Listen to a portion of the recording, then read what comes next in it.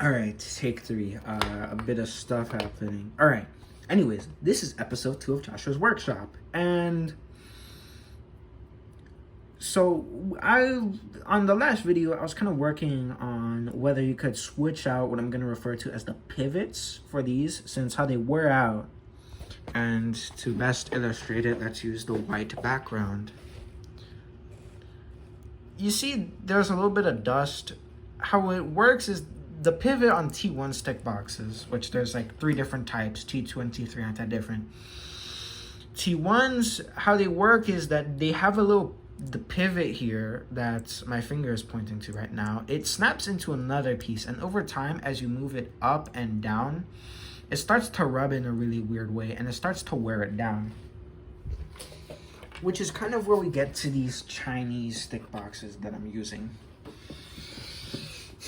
Actually, I was kind of right. The ones I ordered use the exact same design as the T1s, and frankly, I don't think it'd be that hard to just disassemble them, take the pivot, and put them in one of these. I'm probably not going to do that, as frankly, these are actually pretty okay, and if you want my thoughts and opinions on, they feel rough as I installed them in this controller.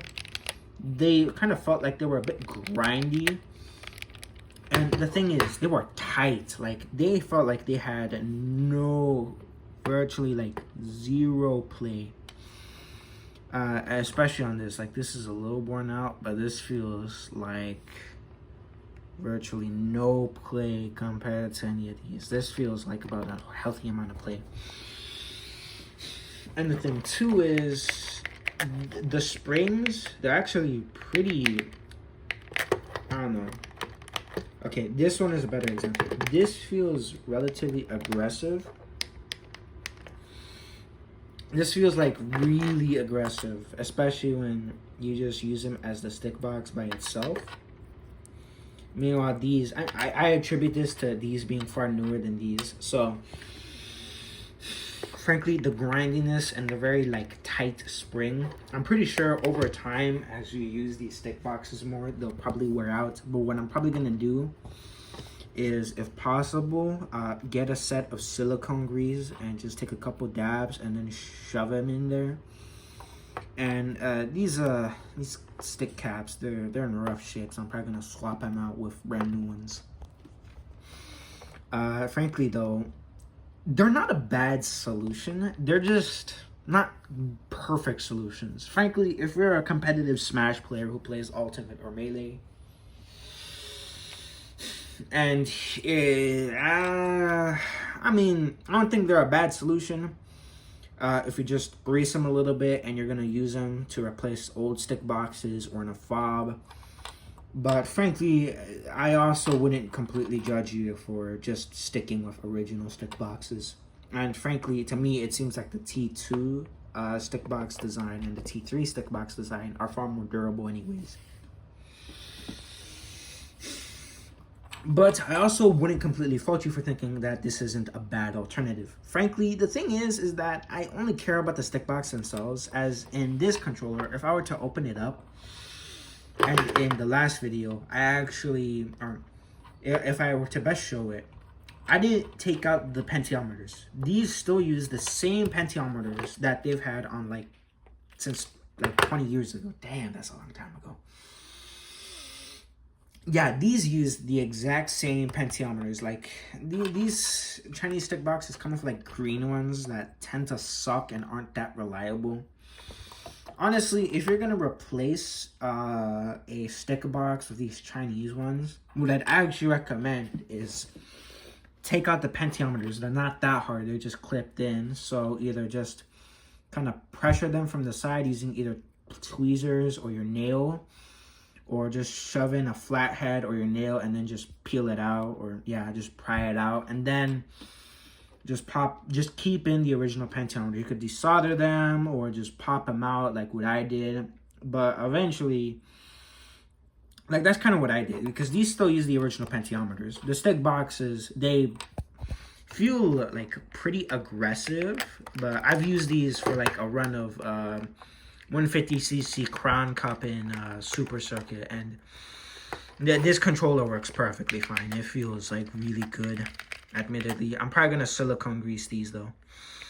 Mainly just add one, some extra durability, but also two, to kind of make sure they still stay a little healthier. Although I'm not exactly sure how good these Chinese stick boxes are, but chances are if they can last me like a good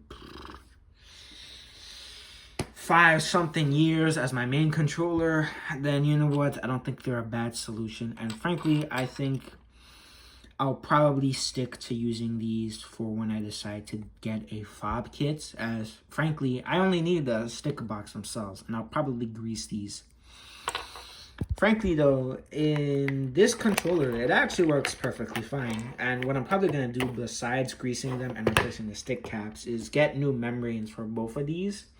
Because frankly, these, they feel kind of rough. And these, they're just tactile. They feel clicky.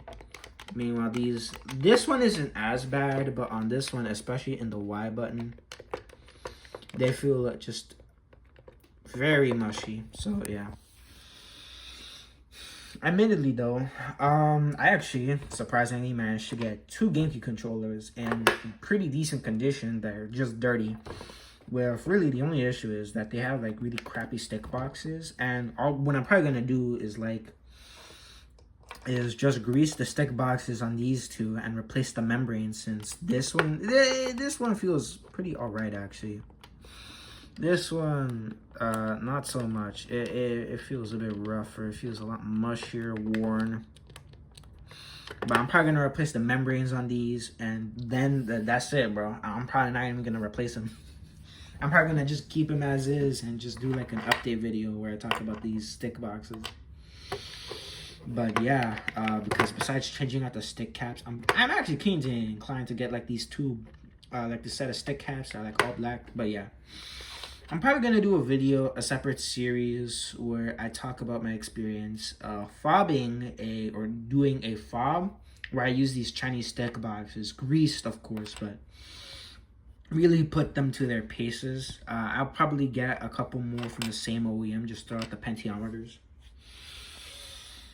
Because frankly, I get the feeling these aren't exactly bad. You just need to get rid of these pentiometers. Pentiometers are really what matter at the end of the day for the GameCube controller. This isn't a case of the N64 where, man, that one's a doozy. But frankly, I think with these stick boxes, I think for most casuals, and yeah, even for some competitive players, I think this is an okay solution. It's not bad. You don't really get to harvest other controllers. No nunchucks. So I personally like the solution because I don't have to harvest stuff out of other controllers, especially if there's a good chance they work.